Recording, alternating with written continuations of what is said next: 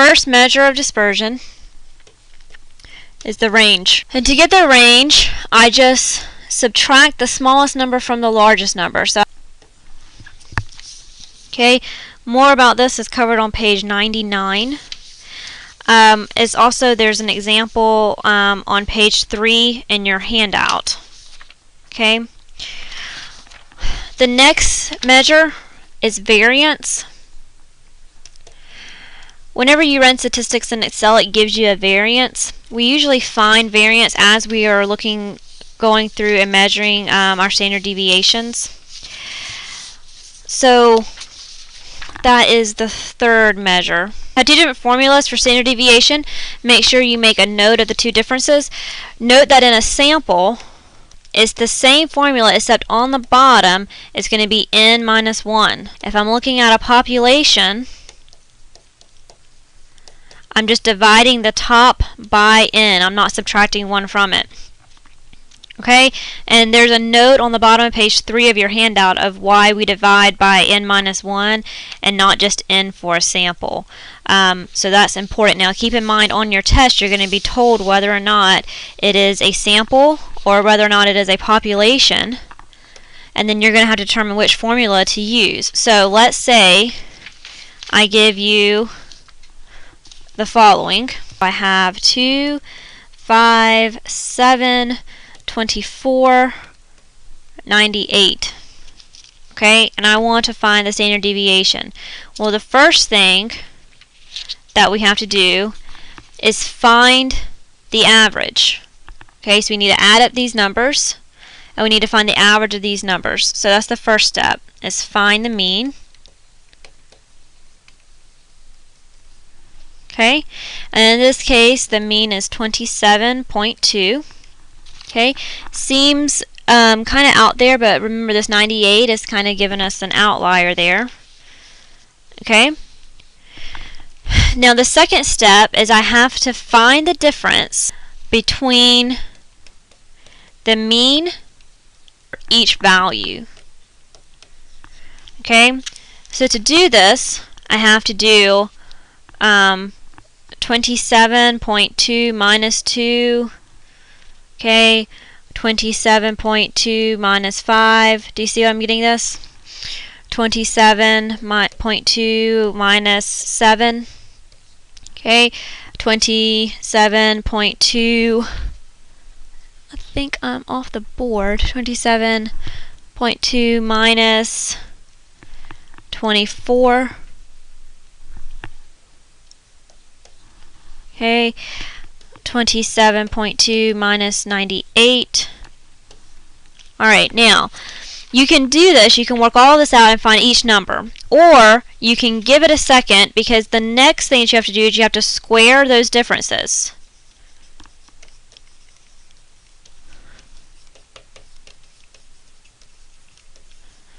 Okay, so the thing I can do is I can just come up here and go ahead and square them as I'm finding the differences. Okay, so whenever we do that, we get 635.04, 492.84, 408.04, 10.24, and 5012.64.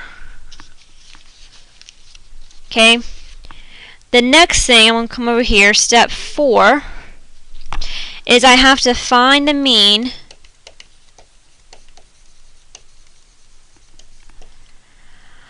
of the square differences. Find the mean of the square differences. Okay, and so whenever I add all those up, I get a mean of 1311.76. Now, this right here we're doing as a population.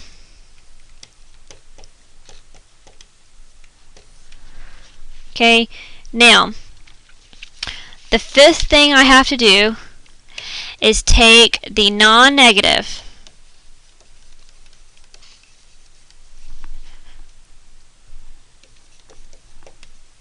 square root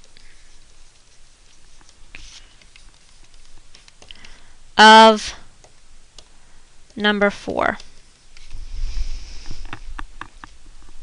Okay? And it is roughly 36.22. Now, because I say the non-negative, keep in mind that every time you take a square root, okay, we think of the square root of 4 equaling 2, right? In our heads, 2 times 2 is 4. But also, when I take a square root of any number, if you remember back in your algebra days, you really have plus or minus negative 2, because if I square negative 2, I'm also going to get 4. Okay, so keep this in mind. That's why we take the non-negative. Okay, now, what does all this mean? Well, if I look at a bell-shaped curve, okay, and I think we talk about things looking different skewed in chapter 3 as well. In the middle is where my mean is. So in this case, 27.2. Okay, so to get one standard deviation away, I would need to add 36.22 to 27.2.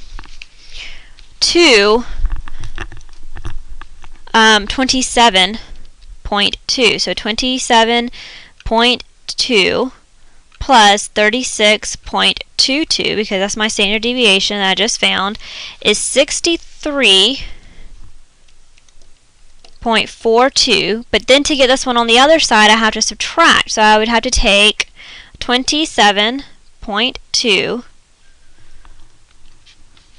and subtract 36.22. Now, when you do this, you're going to get a negative number, negative 9.02. That's okay. It's uncommon, but it's okay. Okay, so this tells me the amount of results that are going to be within one standard deviation. If I wanted to do up to 2 standard deviations, I would take the 27.2 and I would have to add to that 36.22 plus another 36.22, and that would give me 2 standard deviations, or 99.64. Okay, now why is this significant? Well, because we know through our empirical rule, which is found on page 6 of your handout, on the last page of your handout, it tells you the empirical rule that approximately 68% of the measurements will fall between one standard deviation. So 68% of my data is going to be right here. Within 2 standard deviations is 95%. Okay, now this kind of, we see this kind of data all the time, even if we don't realize. We kind of see it.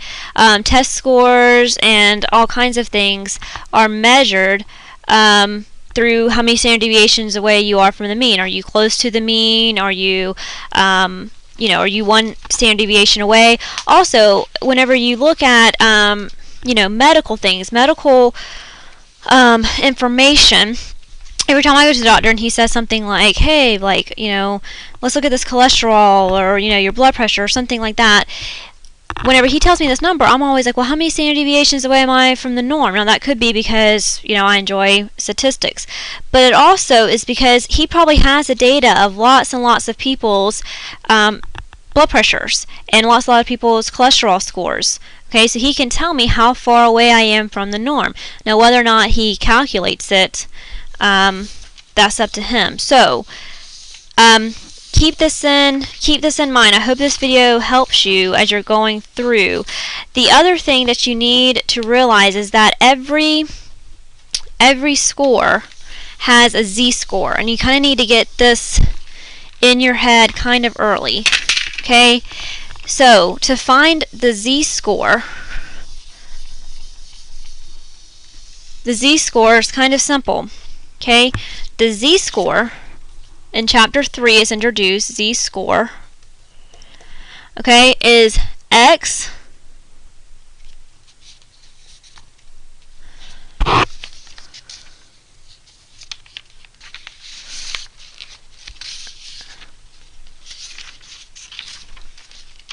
I'm having issues with the board here.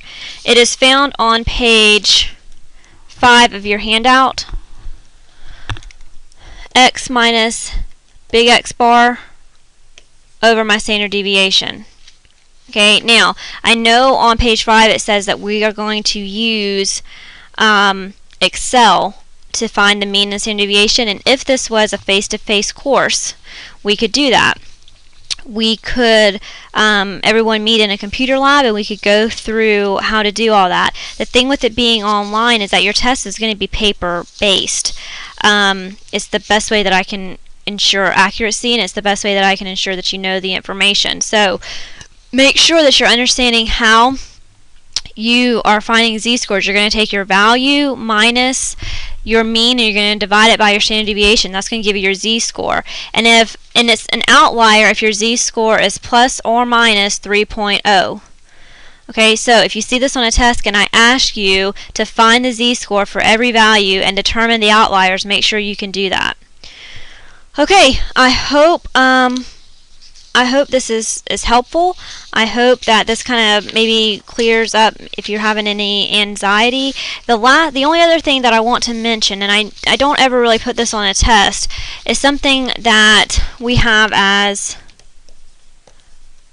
quartiles. Okay? So quartiles are kind of like a measurement of position.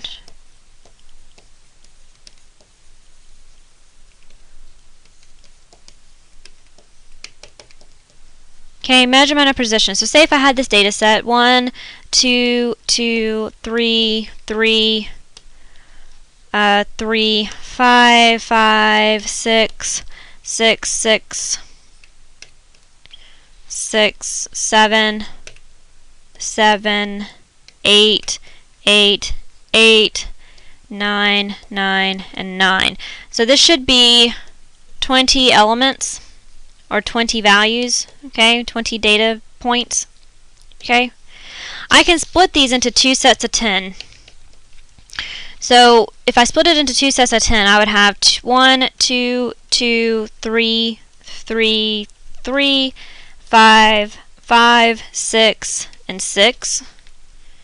Okay, the second one would be everything else. So 6, 6, 7, 7, 8, 8, 8, 9, 9, and 9. Okay, so the second quartile is just the median of the set, of the whole set. So let's see if I can erase this over here.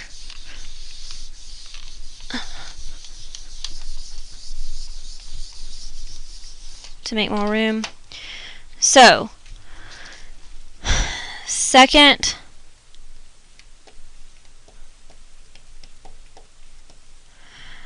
equals the median of the set. Okay, so in this case the median of the set is 6. The first quartile is the median of set 1, which is 3. Okay, and the third quartile is the median of set 2, which in this case is 8. Okay, so if there's any additional questions about this, again, I don't normally put this on your test, but hopefully this helps with any of the problems that you're having in Chapter 3. I've set up a discussion board post in the discussion boards. If you have any additional questions, please post them there so I can answer them as a class. Okay, hope this helps.